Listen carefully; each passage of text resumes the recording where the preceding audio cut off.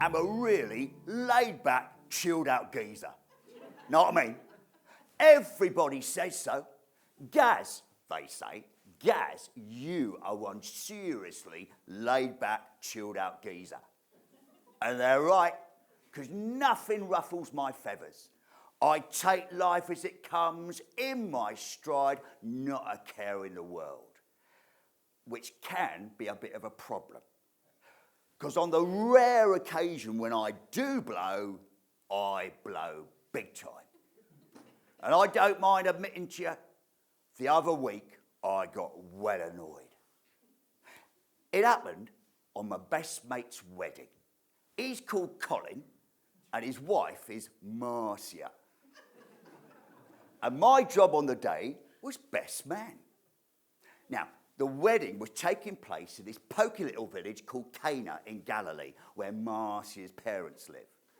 Bit of a dump, but at least it was a change of scenery. And the whole thing was going an absolute treat. Colin managed to stay reasonably sober the night before the wedding. And on the actual day, me and him looked the bee's knees in our toppers and tails. Marcia didn't look bad either. In a puffy dress and bouffant hair, if you like that sort of thing. Anyway, the vows went well. Nobody muffed their lines. The priest was on form. Everyone was having a great time. And it appeared, on the whole, that nothing could possibly go wrong. And so began the reception. There were prawn and mushroom vol au vents aplenty. Colin and Marcia were doing the rounds, working the guests like a pair of pros, and most important of all, the wine was flowing.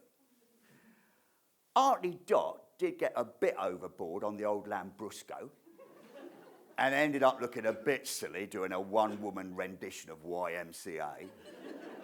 But nobody really cared, because everyone was having an absolute whale of a time. Until disaster struck. We was just approaching the highlight of the day, the speeches.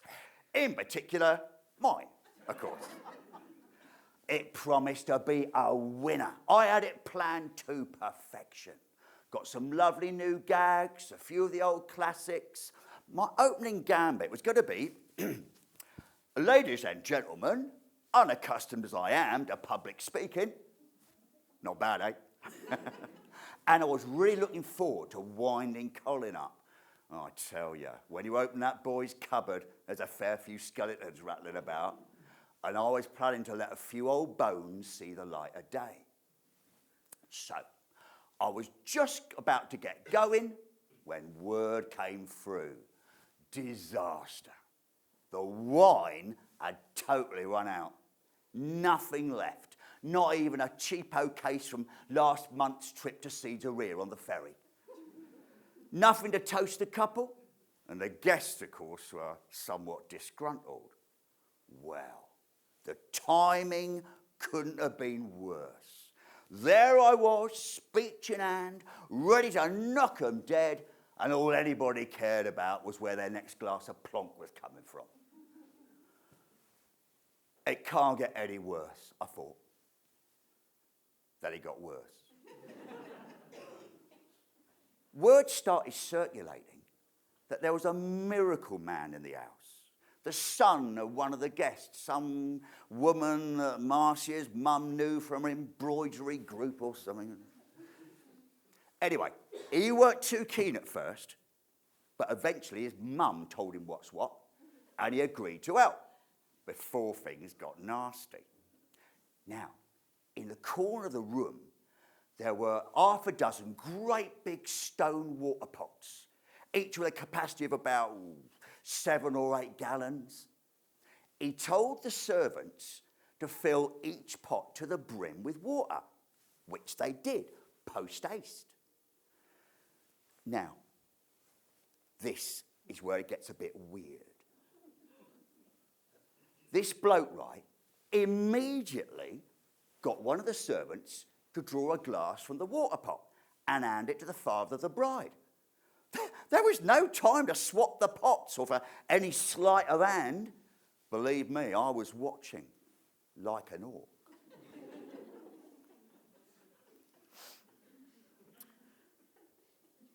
So, Marcia's dad received the glass, took a sip, and his face lit up. There was a short pause, and then he declared to the crowd, "This is wonderful. Best wine of the evening." Well, the crowd all cheered, the band struck up, and once more the party went into full swing. A miracle. An undeniable miracle. So, what's your problem, you're probably asking? Disaster averted? Everything back to normal? Well, not quite. You see, once the guests got a taste of this wine, they couldn't get enough of it, could they? And they all crowded round this Jesus, telling him what a great bloke he was. And all of a sudden, he was the centre of attention. And I'm the best man. I'm supposed to be the centre of attention. But no one was interested in me or my well-prepared, perfectly formed half-hour speech. And that's why I'm annoyed. Gaz, the laid-back, chilled-out geezer, lost it. And I had some great gags too. All gone to waste now. I've got this classic one about a cactus and a pair of underpants. Never see the light of day. Shame, really. And this Jesus, this miracle worker who stole my moment of glory, well, apparently he left the wedding early to go up to Capernaum with his mum and his brothers and his mates.